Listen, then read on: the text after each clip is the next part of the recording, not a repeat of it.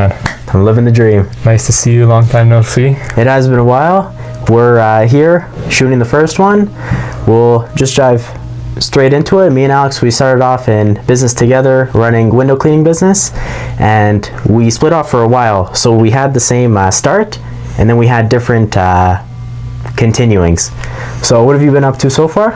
Dude, I'm just working on getting my company off the ground, hit the ground running here. We were originally going to with my girlfriend and I have partnered up, and we're working on a wellness app right now, and to create a community, because we've seen with these apps like MyFitnessPal, CalAI, all these things, it's almost too niche. Like every app has one little thing that they have to offer, but if you want to get, the full package, then you kind of have to pay for a bunch of different apps, right? So we just want to bring everything into one place, all the features in one. It's gonna be good. Yeah, I like that. It's good. Yeah. Another big thing has been also you shooting a lot of content.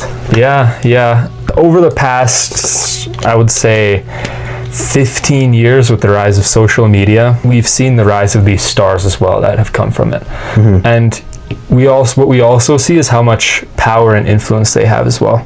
Especially, yeah. So if you can also create an audience and create a following, that's just going to give you even more leverage and more of an opportunity to provide things. Because listen, if you're trying to launch something and no one knows you exist and you just launch a product, no one's going to buy.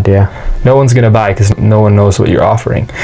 Versus if you have 200,000 followers, let's just say, who all know you and they see you online all the time, and then, oh wow, he's launching something, like, oh, this is great, let me go try it. The chances of you making it and getting the sales and the traction are way higher. I think so too, mainly because you build an immense level of trust just from the other person seeing you via your personal brand, seeing who you are, and to a degree being a part of you. Yeah. The biggest thing in sales that I think I've gone is just building trust. Because as soon as someone trusts you and they see that you're a good person and they expect to a degree a certain level of competence and quality from you, it's so much easier to get the sale, and as well as that, build up from there. For sure. What have you seen from that though? From content? From what we just talked about, content, what's your opinion, and what have you seen? I took my foot off the gas pedal. I got to get back into it. That's why I'm here with my brother Alex, because he's grinding at it. So proximity, I have to be around him. I have to beat him. You know what? Competition always drives excellence, right? So even though we're competing against each other, we still respect each other. We both understand the grind and that it's not easy, right? So it's all about respect, and it's all about trying to be your best self as well. I think so too. On top of that, there's so much money in this world. There's more than enough for everyone to be able to get a big slice of the pie. Exactly, bro. Exactly. So a big part of content, as we all know, as well as business, starting any company, is of course the start. And one thing I noticed from the last time me and you hung out was how soon you were able to start uploading and recording your content as soon as you got the idea and wanted to start it. How did you essentially go from the idea to start, and how long did it take? The thing is, it all comes back to, for me at least, having a purpose. If I don't have a purpose, nothing is driving me to do anything, right? So I had to find what is the thing in life that I want to accomplish. Then from there, okay, you can think of all the different options that you could potentially take. Right. And I feel like that's where people get caught up, is they just think about that part too much instead of just doing, right? And I think for me, it was just finding something that is a solid foundation, that's simple, easy to start. And from there, like if you have a solid foundation, the sky's the limit, right? Right. So as long as you have something that you can start easily, then that's good. So that's what we did. Originally, we had a different plan, which was more complicated with my girlfriend and I. Sorry that I didn't clarify that. That was way more complicated. So we were overthinking it, and yeah, just didn't end up getting really started at that because there were too many questions we had about it, right? But when we switched it over to this wellness app idea that was way more simple, we were able to plan it out better and just hit the ground running right away, you know. And then we figured out, okay, we're gonna film content on the weekends, upload it during the week, and, you know, film some content for the next week so we can have it ready. And yeah, we got all of our stuff set up, like this room. It's a nice room. Thank you very much. Yeah, and everything's ready to go, and now it's just about staying consistent now. But yeah, you need to stop thinking about everything that can go wrong. Stop thinking about what could have been better, what should have been different. Like, no, that doesn't matter. The thing with business is that it's a learning curve the whole way through, right? So think about this. If your content is garbage at the start, no one's gonna care. It doesn't matter. Everyone was garbage at the start. But the thing that happens is that the people that keep trying and stay consistent, they get better over time. Think about this analogy. If you go to the gym one time for 4 hours and you work out for as hard as you've ever worked out in your life, but that's the only workout you do, like, you're not going to make any progress. But if you do little crappy half-hour workouts every day, you're still going to make some kind of progress, right? So if you do a little bit every day versus doing it all at once, then you're way ahead. I think so too. So to a degree, a part of it was having something on the back end that was the main big goal, like the wellness app, and then the content as a way to funnel it and then promote it and use it as a way to just hire it up. For sure, yeah. So this is what I talked about as well earlier, is you need to have a following. So we want to get the word out before we launch, so that we actually have people waiting to buy it and try it when it comes out, right? So that's what we're trying to do with the content. Fair enough. Without customers, all you have is a passion. That's true.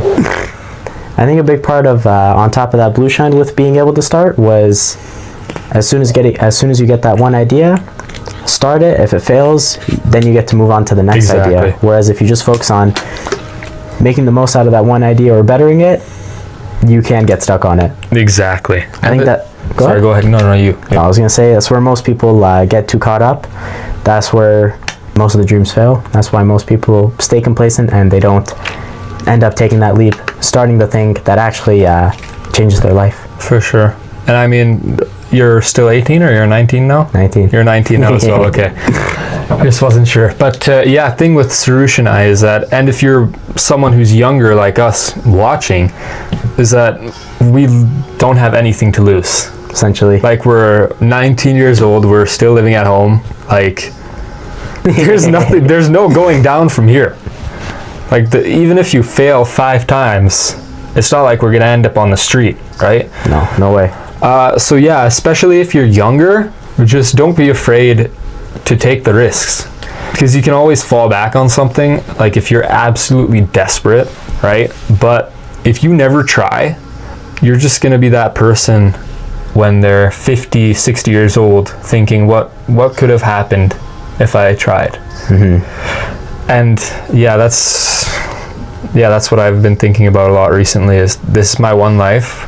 Like, am I just gonna space and time and just like barely screech by, or am I gonna thrive? I don't know. I'm sure you thought the same thing as well. Of course, yeah. It's better to try and fail than to never try as well. A bigger or a worse feeling that anyone can get is regret. Regret hurts much, much more than failure. We've all noticed it, especially in school. Going up to that one girl, even though she rejects you, it's better to get that rejection than to just never try at all. It's a way worse feeling. Another thing on top of that is, even if you do have something to lose, or when you're starting and you don't have as much, using to a degree that fear of failure or that fear of not having enough money, it always motivates 10, 20, 30x more, because having that lack of money, if you use it, or if you view it instead as I need to get it instead of this is going to hold me back, it's a way different approach and ending that you're going to get. It all depends on which way you crank your head and which way you go about viewing it. For sure. I mean, for us as well, I think it's mostly thinking about, being scared of what's the worst possible scenario that can happen. Are we going to end up broke? Are we going to end up as mediocre average people? Like that, I don't know about you, but it scares the crap out of me. Like it's just so unsettling. So yeah, I guess since it's not directly affecting us, how it might be affecting other people, but it's still lingering in the back of our minds, and it scares us as well. Definitely, yeah. The one thing during Blue Shine was there was 2 points where I essentially went to zero. And there's 2 ways, or the first time that happened, I was thinking, okay, you know what, this is it, let's just quit it and go on to the next thing. And then in the back of my head, I had the other thought of, let's just keep going. I have everyone around me. I still have the equipment. I still have the skills that I had built. Let's just keep going with it. And then going with it eventually got to the point where we got out of that zero. And I remember the week right after, we made a significant amount of profit. It was only $1,000 or $2,000, but at the time it felt like a lot, and that was what took us away from that zero. The company's name used to be different, right? But there was no online presence at all. No, so zero. How did you take that? I mean, can I share? Of course. The IF Windows from literally just zero to having, what is it now, 60 plus 5-star reviews on Google? I think so, yeah. So how did you do that? A big part of it was building the teams. Of course, training everyone. I think you were, in all of Blue Shine's lifetime, top 3. So it comes from, of course, building the skill up yourself and then being able to transfer it. One of the greatest skills ever, and the reason why I went into business was, or at least why I started Blue Shine, was to build these most essential skills like sales and then leadership and teaching others, because as you go on, it's going to be the most important part of it. And at first it was only quantity. My main goal was just get as many people to buy, get as many people to work, but then to a degree it started to shift as more of a special forces and more quality over quantity. And the approach of having more quality over quantity, not only can it make as much money, but it makes way more as you especially scale on and get the quality down. After you get the quality down in terms of the leadership and in your own business, and then you give the customers that quality, then it becomes more of a ripple effect. It becomes more referrals, more, or essentially less of the harder work, and it just gets progressively more easy as you build that quality instead of focusing on the next dollar, how do I get more quantity, etc. Things along the lines of that. So when was that pivotal moment for you where you sort of realized that the customer is more important than just numbers?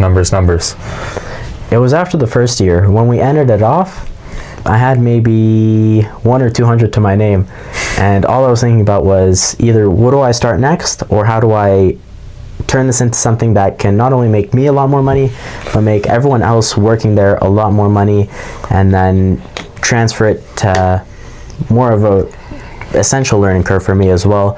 Like, how do I teach this? How do I build more of the online presence, which of course we both know now is 50 million times more important than just the grind of going from customer to customer, getting one person at a time. Yeah. And then going into the second year, I started off just one person at a time instead of trying to hire multiple people at once, trying to get all of this down. But as we went through that quality over quantity type of phase, I was able to transfer more knowledge, because from the first year I essentially had failed, and then we were able to put in all of the things into the business that would make it so it doesn't fail this time, and so we get away from the L's from the first year and be able to kind of learn from it. Yeah, that's good. And then circling from the beginning, of course, building trust to be able to get customers. One thing that I think we both learned a lot from the door-to-door was building that trust from the first interaction that we got. That first like 5-10 second intro that we got with them, and then being able to take them down the essentially straight line from the opening to the end and then getting them to buy. A big part of that was building the trust.